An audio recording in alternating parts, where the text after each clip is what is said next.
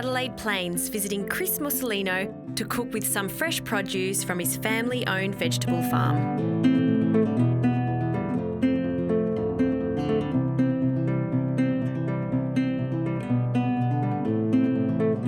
So we grow cauliflower, cabbage, broccoli and iceberg lettuce, zucchini and potatoes. So it started in the 1950s when my grandfather started with 5 acres of land. We're now up to 1,500 acres.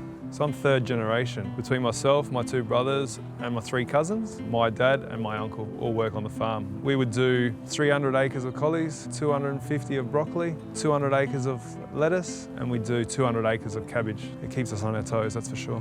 You see that seed go in the ground and you see the progression of the stages on it. So every week you'll see something different, and that's probably the biggest reward out of it, just seeing that change in the product and then getting it to the end. So when it comes time to harvest cauliflower, what's the process? Do you have machines to do all the work? No, this is all done by hand. Everything's manual. Is it? Yeah. Whoa. Well, that would be hard work to do, right? Yeah, it isn't easy, but it's rewarding. So I've got your cauliflower, but you did mention all the other vegetables, so I think I must use some of your zucchini, some of your broccoli and the cabbage. I've got a great dish in mind. Maybe I can cook you up something. Yeah, that'd be great. And your family too. Oh, of course.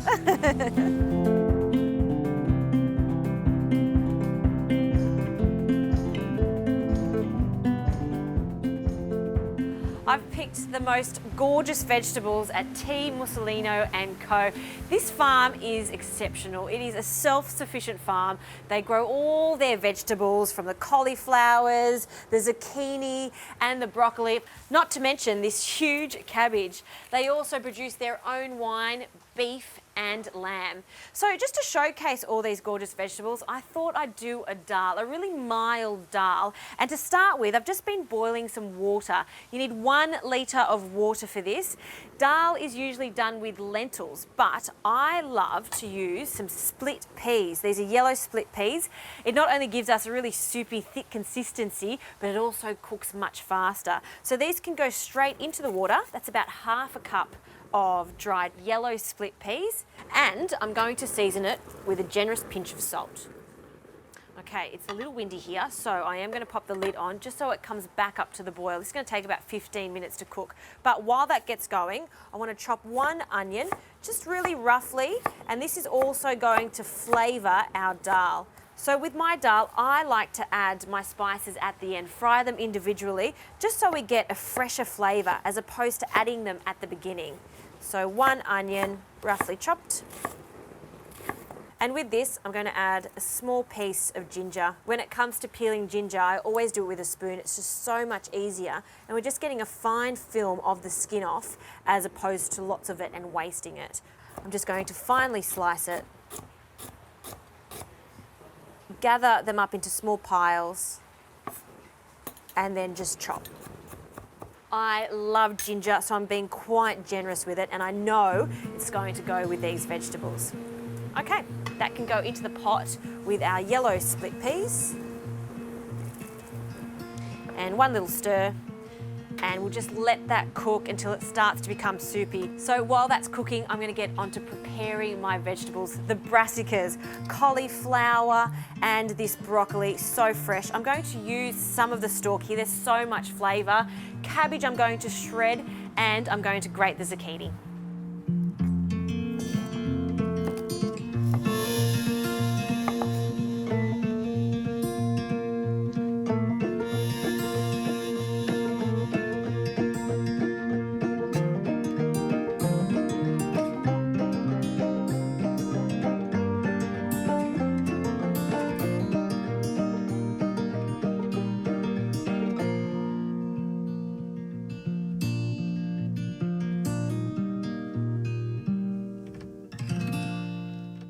Okay, I've prepared all of our lovely vegetables, so it's time to add them to the pot with our split peas. They've cooked down nicely. You can see there's quite a lot of liquid here still, but that's okay because once we add the vegetables, it's going to soak up all of that lovely flavour.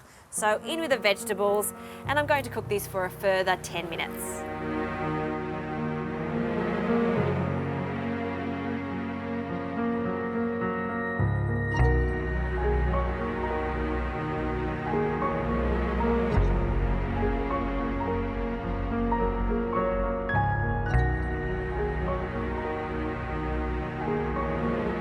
Wow, I am so happy with this.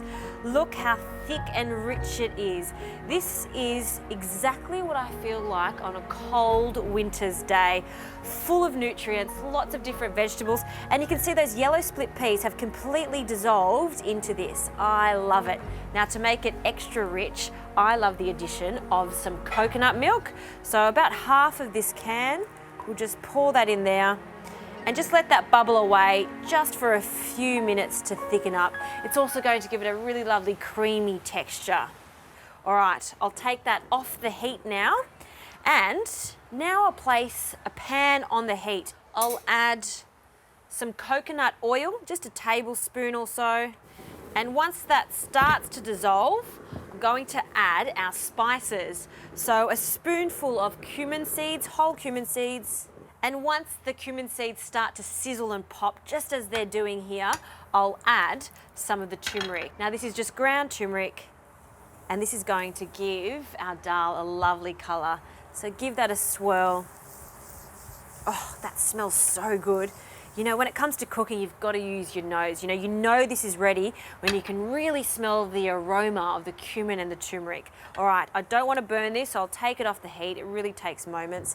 And now we're going to stain this vegetable stew with our cumin and turmeric oil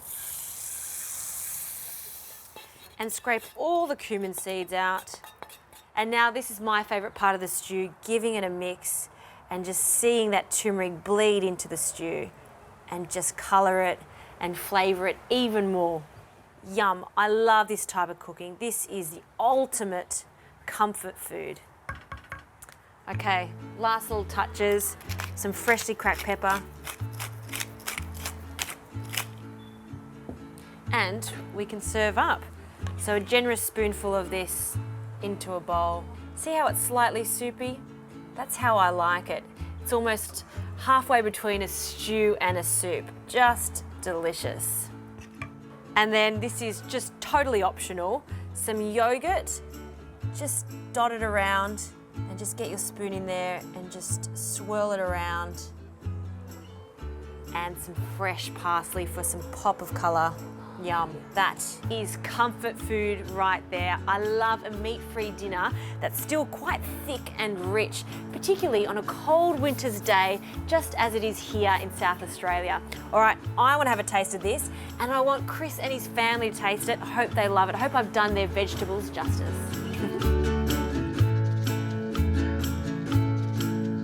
All right, take a spoon for you. Go on, have a taste. Tell me what you think. Good? Yeah.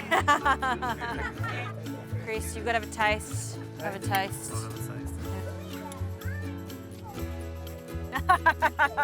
It's good? Yeah, very good. Great.